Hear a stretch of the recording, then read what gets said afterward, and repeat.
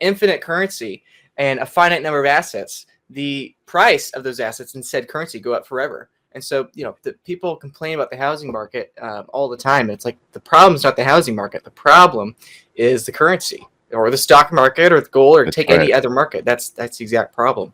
And it's concerning. And it's concerning for this slide you just pulled up here. Like I said, if you have the money as a lie and the money as basically an act of theft against everyone, and everyone's being stolen from at the same time silently, what you have society assign blame to people. And so right now in the U.S., we have the more liberal types that are all blaming the capitalists and free markets and this and that, the other. And then you have all the conservatives that are blaming the politicians and lobbyists and all that and the other. And so we're all blaming people. And we've seen that in history before. And I don't want to get too alarming here, but this is one of the most infamous examples of this, is that you have World War I.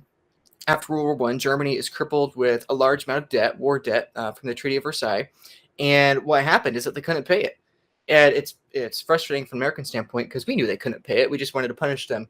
And they were very enraged about that. And they printed money to pay off their debts. And the source of the debts is irrelevant. It doesn't matter if it's from war or from entitlements or from excessive government spending on roads or, whatever it is.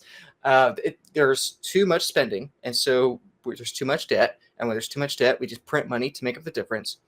And so what happened was that Germany turned their currency into a lie. And in the 1920s, the Weimar Republic basically collapsed, along with the collapse of the German marks. And that's one of the most infamous examples of hyperinflation in history.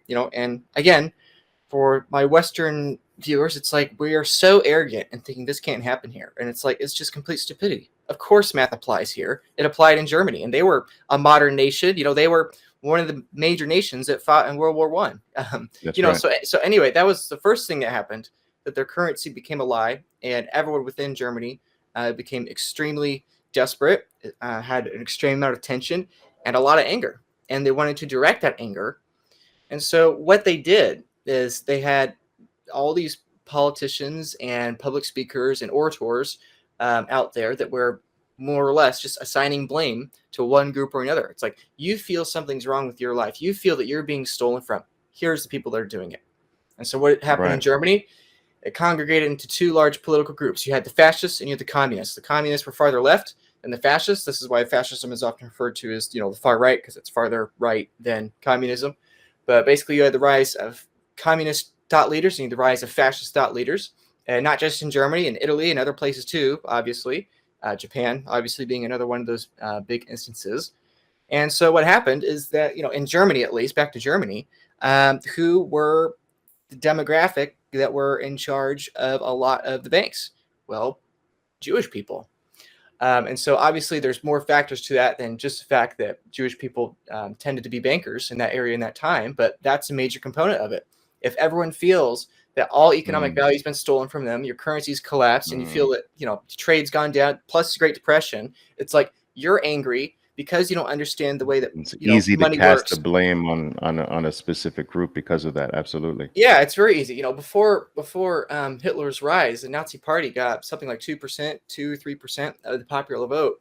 And by the time that the nation was destroyed between hyperinflation, the Depression, and plus the typical post-World War I fallout, they became so desperate that Hitler had enough wiggle room to get in there, via a very long and fascinating story, which many of you might know. But basically, anyway, he wiggled his way into becoming dictator of the nation.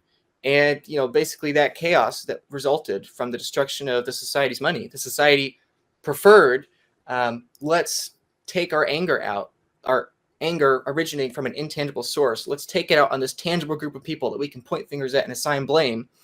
And that's what they did. And anyway, that's just one example. But, if you look at pretty much any historical example of war or conflict, every conflict either originates from a collapse of a currency or is aided in the collapse of a currency. I'm not saying all wars start from money. Some people would say that. I don't think that's true. I think some genuinely are from a religious or an ethnic hatred. But pretty much in every example, when the money collapses, that aids that conflict, that aids that anger, because it's something intangible that we can point to and assign blame. So that's one example, or two more examples I'd like to go through really quick. if that's okay. Yeah, sure. But World Let War me. II and the Holocaust being one example there. Another one being the Great Depression. So, to a more U.S. Centric worldview here, the Great Depression is one of these examples. That in the late 19th century, there are all kinds of banking failures and all that from the free market, and we adopted the Federal Reserve in 1913, or more accurately, it was declared in 1913. And so, basically, what happened is that we had all kinds of corruption in the ledger in the early 20th century, with World War One, the Roaring Twenties, and all that. And anyway, once once things started to go wrong at the very beginning of the Great Depression, what did the United States government decide to do in all their wisdom? Well, they said, well, we gotta, prices going down too fast. We gotta limit supply so that prices go back up so we can stabilize markets and whatever baloney they had. And so what they did is they took an enormous amount of cattle and pigs and other livestock, and they just slaughtered them all. It was government programs. They That's just killed. crazy. It is Oh crazy. It's one of the crazy. most absurd things that's not talked God. about in public school, is that the United Wow. States government is basically entirely responsible for the Great Depression. What the U.S. government basically did is they took the money, they corrupted the money. The free market exploited that corruption, and similar to today, prices no longer made sense with the real world. And when that began to correct and prices began to come down in deflation, the U.S. government said, okay, we'll just kill everything, and by killing off our total amount of supply will increase demand and prices go up. And it's completely nonsensical, obviously, today looking back, and yet this is barely 100 years ago. This is what they thought was logical. If we kill all the That livestock, is people won't starve. We insane. won't have a Wow. decade of and so anyway, you have this compounding effect of where there's you corrupt the money, you corrupt the incentives, you corrupt the society. And so anyway, it just goes back in a feedback loop, and people became enraged. They had an intangible thing that they wanted to assign blame at. And so what they blamed capitalists, they blamed stock markets. This is why you get, the monopoly man stereotype from that era, the robber barons, they blame somebody, and they had the government come in. So one of the greatest expansions in the federal government in the United States was after the Great Depression. You have FDR and everything else with all these massive government programs. And, today, obviously, economists debate how effective they were. But, I would argue that it's more or less a moot point. The free market would have gotten out of the Depression anyway. And there's plenty of evidence suggesting that the government programs actually extended the Depression. However, I won't get any more into that because I've said enough it's controversial.